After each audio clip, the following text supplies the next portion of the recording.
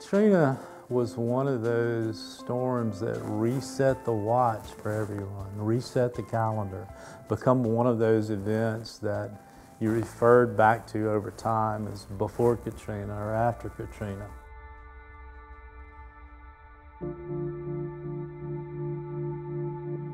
I'll never forget being called on Saturday. The storm came in on Monday morning. Saturday by the head of the National Weather Service, Max Mayfield. And he said, "Governor, I'm just calling to tell you, this is going to be a terrible storm. This is going to be worse than Camille." And we talked a little longer. He said, "What can I do to help you?" And I said, "You can get the news media and the government people to start saying, this is going to be worse than Camille. Because people on the Mississippi Gulf Coast knows what that means."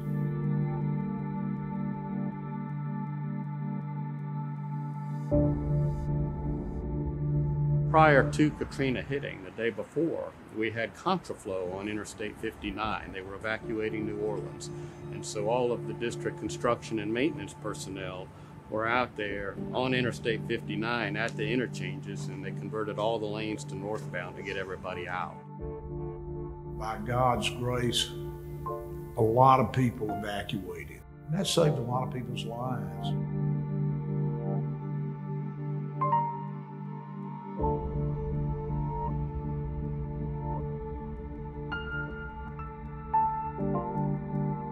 As far as my situation during Katrina, we were staying at a house in Van Cleve, just north of the coast. So earlier that morning, my brother came in and he had life jackets. And this is before everything started. And I looked at him, I didn't say anything, but it was like, "What are you doing?" Well, never did I dream that mid-morning we've got this massive storm surge coming in, even 15 miles inland. And I just remember swimming through, and you've got a pool table trying to come at me. You've got marsh grass breaking through the windows and doors and all the animals. I mean, you're in a room that was a few hours ago air conditioned and nice, and now you're staring at deer and alligators, and they're all scared to death too. And so, at the end of the day, I sure was glad for those life jackets. It was something else.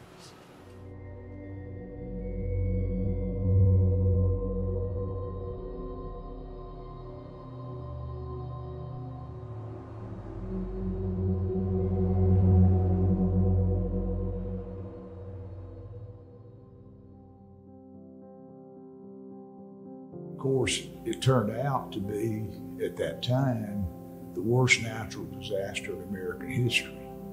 The destruction was so vast that people who lived on the coast on August 28th, before the storm, on August the 31st, could not find their house because the utter obliteration of all of the infrastructure, the roads, the water, the sewers, not to mention the electricity and the stuff that sticks up in the air that you would expect. I got up the next morning, and luckily overnight there'd been some crews, MDOT crews and others that, had started trying to clear. But I made it to the office, the Ocean Springs project office, and there wasn't a lot of people there. And, I was a little critical of MDOT in the beginning because I thought, where is everybody at?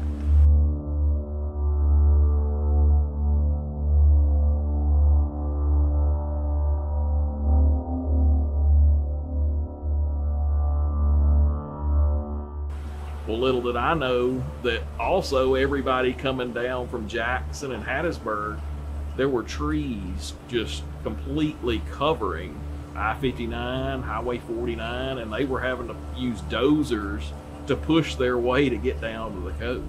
So we started out about probably 3 or 4 o'clock in the afternoon. About 11 o'clock that night, we met a group of maintenance workers headed north on Highway 49, and I don't remember that we knew what the other group was doing. And they cleared one lane to go from Camp Shelby below Hattiesburg to Gulfport. Took 7 hours of driving time. 7 hours. What takes normally an hour and 15 minutes or something like that.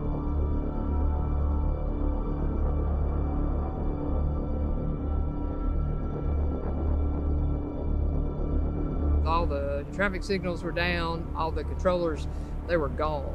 They were blown off or knocked off their pedestals. And it wasn't just the coast. I mean, it was like 6 counties deep. You know, we lost everything.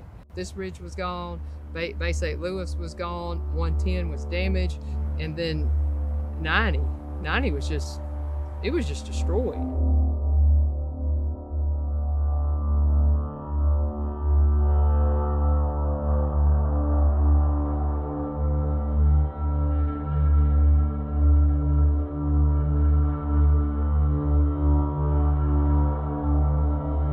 By God's grace, Thad Cochran was chairman of the Senate Appropriations Committee, where the money comes from.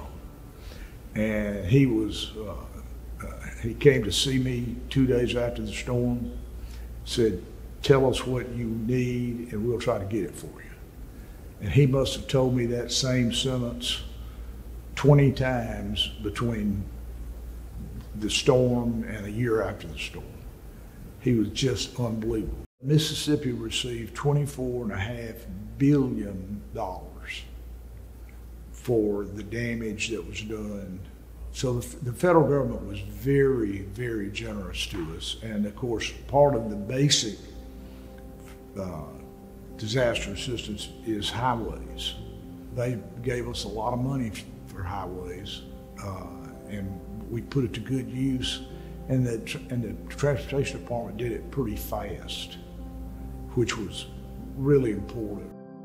I can't say enough about the support we received from Federal Highway. You know, they really helped us by allowing us to begin work immediately under force account. We did not wait. We immediately went to work.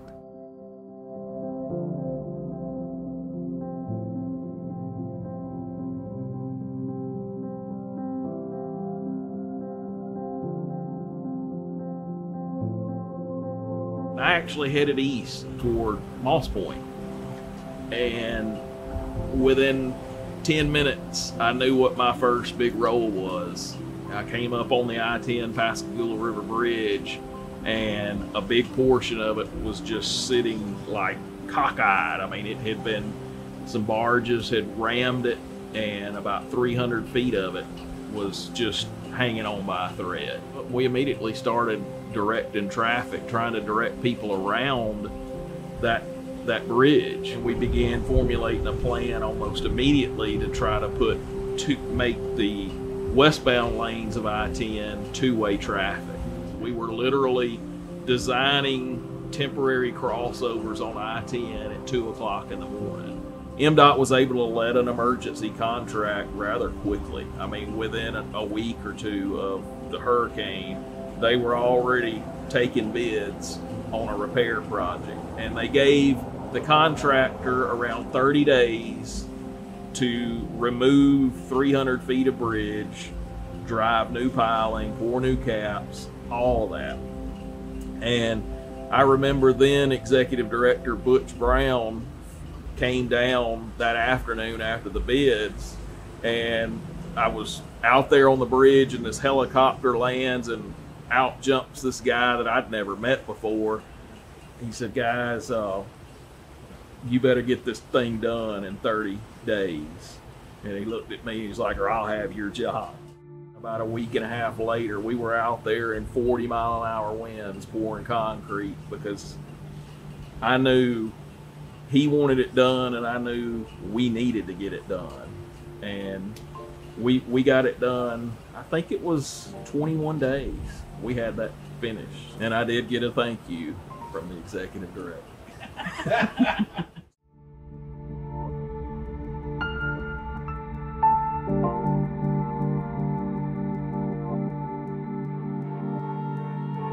I'm from the Gulf Coast. When we got down here to first look at the damage, and we were going down Highway 90 trying to find our way through, there were no street name signs, there were no landmarks, there was nothing. So even though I grew up here, I was lost. It was really, difficult to see that. And all of the panels that were been displaced, all the storm drains have been filled up with debris.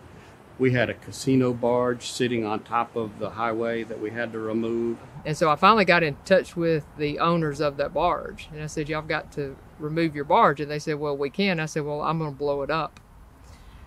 And they said, you can't blow it up. I said, I think we can blow it up. I said, because it's sitting on our road and we've got to get it out of the way so we can open this back up. He said, you don't understand why. I said, well, please explain it to me because I want to help. And he said, we didn't take any of the money off of that barge.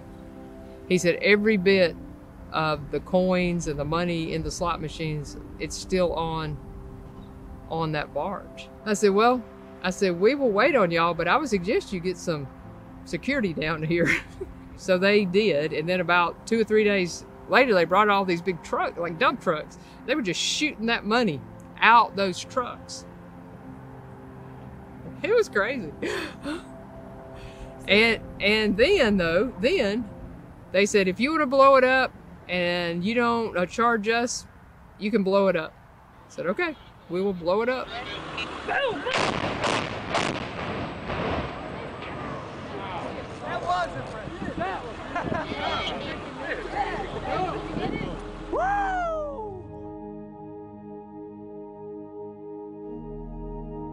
It was hard to really quantify. This tipped the scale as far as I'm concerned with damage. You had entire bay bridges reduced to rubble, and trying to assess how we were going to replace those bridges and what that process was going to look like.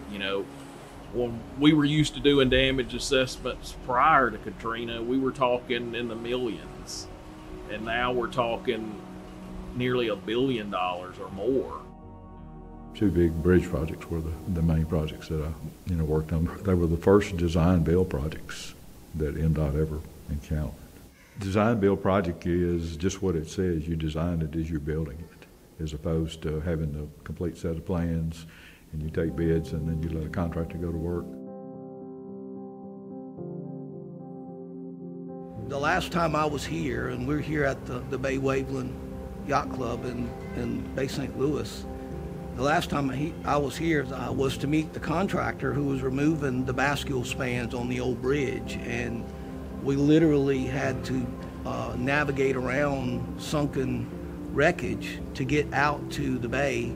The previous bridge that was here, it was old and had a lot of mechanical problems. It was not very high above the water and really susceptible to the storm surge. Granite Archer Western was the first successful proposal that we accepted, and that's the design you have on the bridge now. So the new bridge is built 37 feet above the water, and it has shear keys and vents in the girder which will allow it in a storm surge to not become buoyant and lift off, or at least to resist it. And of course in the middle, the main span is high enough that it's not going to require any local marine traffic to not be able to pass. As you can see behind me, they used larger piles, and precast bridge caps with a closure port. So as they were getting close to finalizing the project and their deadline was looming, they were working around the clock. And, you know, at one time they had 400 men and over 18 cranes working out at one time on the bridge.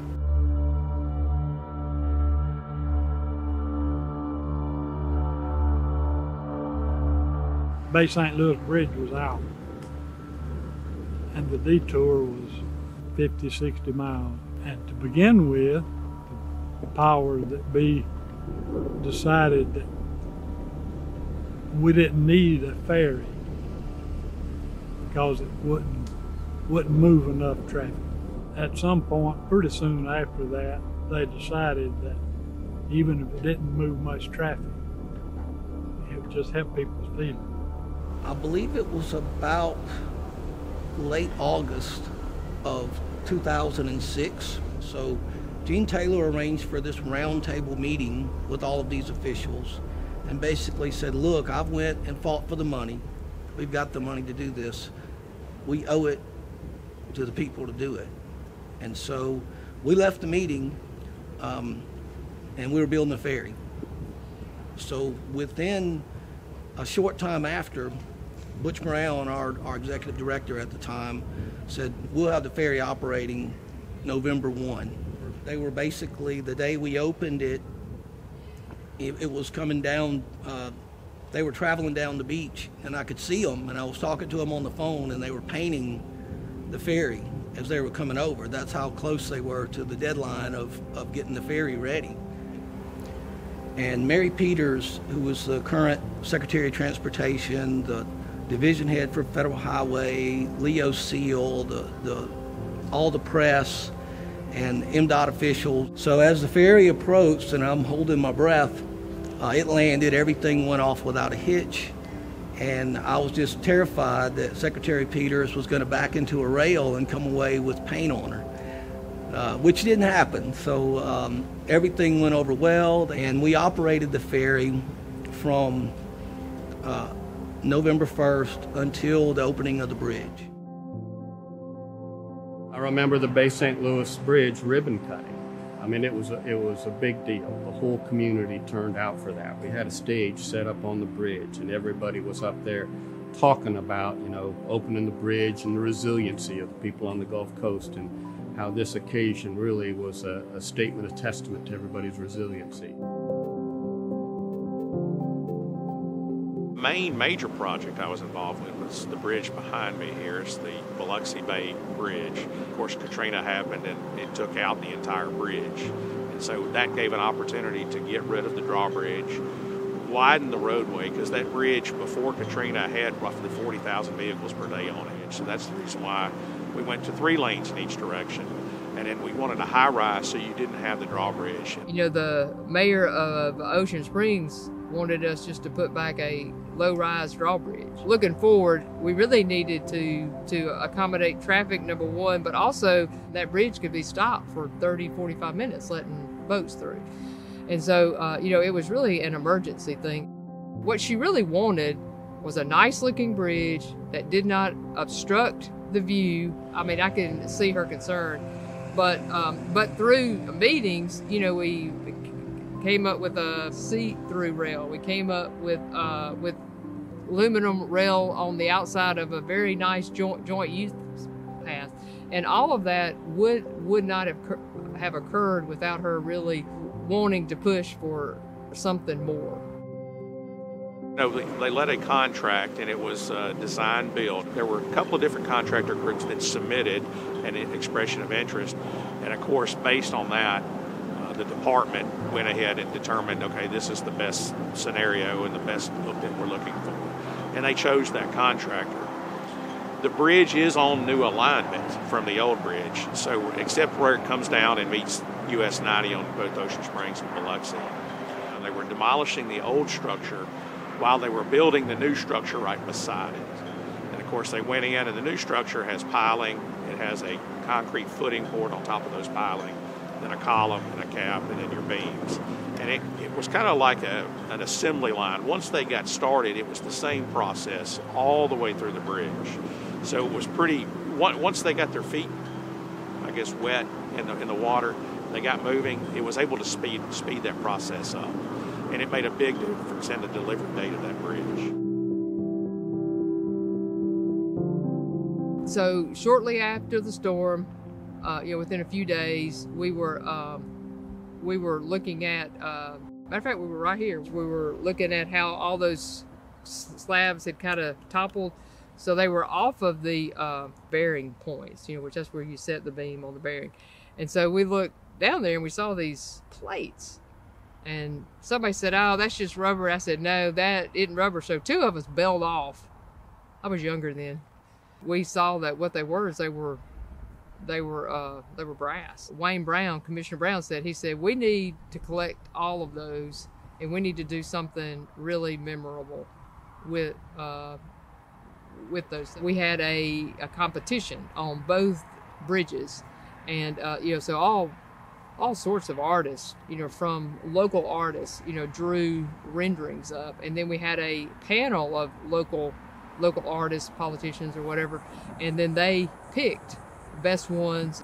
I think that is a good way to remember the past and to remember what all occurred, and how everyone here built back and they restored their life.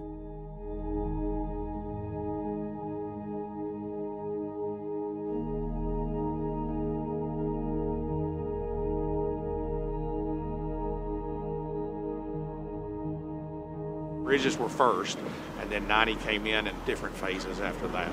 So complete recovery didn't happen until after 2010. We were able to have traffic on the routes, but there were forms of work going on to improve the safety and the efficiency of those routes. Now, when we were doing the permanent recovery, where we restored the north side, which is the westbound lanes, we used conventional design bid build. And we had a consultant that had designed the Highway 90 reconstruction projects for us in the mid-90s come in, take some of their old plans and some survey we provided, and we actually bid out the permanent restoration of Highway 90. Felt like both contracting methods worked very well and allowed us to get Highway 90 restored as quickly as possible. Part of that project was we did a tree restoration, where we did a lot of restorative work on the existing live oaks, and we planted over 3,000 trees along the full corridor of Highway 90.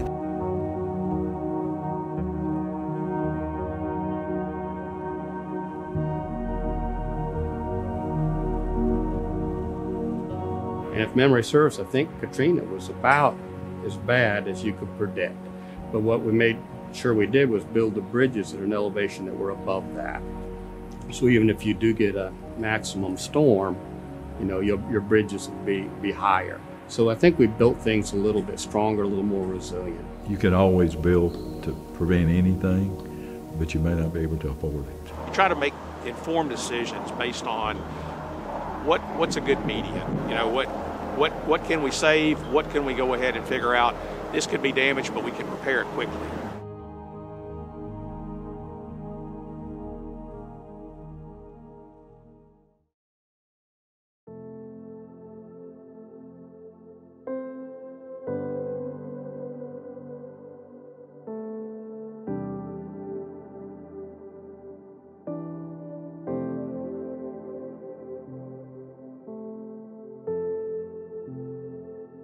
Please be diligent. Don't become complacent. Put a plan together. Know what you're going to do. Go ahead and do the things now that you can do. Pay attention to the warnings. I think one of the biggest tragedies that came out of Katrina were all the people that were so used to hurricanes coming and going that they didn't heed the warnings and stayed. And a lot of people lost their lives.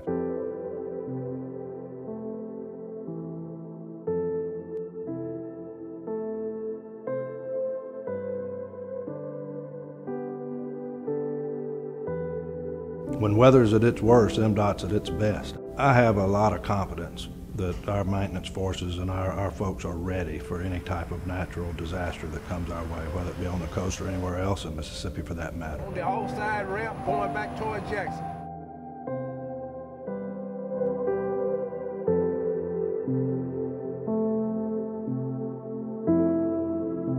It really made us all think about what what this place means to us and what our profession does for society. And I feel like the memory of all that, I keep that with me all the time, and it helps drive me in my career today. And even looking back now, if you told me it was going to take 20 years, I wouldn't have believed you. But really now, I feel like we're about back where we were. Maybe we've been there for a year or two, but it's taken a long time, a lot longer, I think, than anybody. Maybe those who went through Camille might have understood it.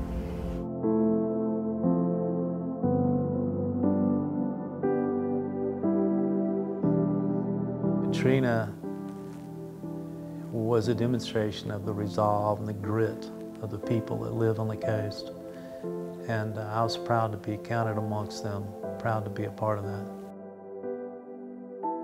You know, after Camille, we didn't do so well. But after Katrina, because a lot of people helped us, we actually did come back better.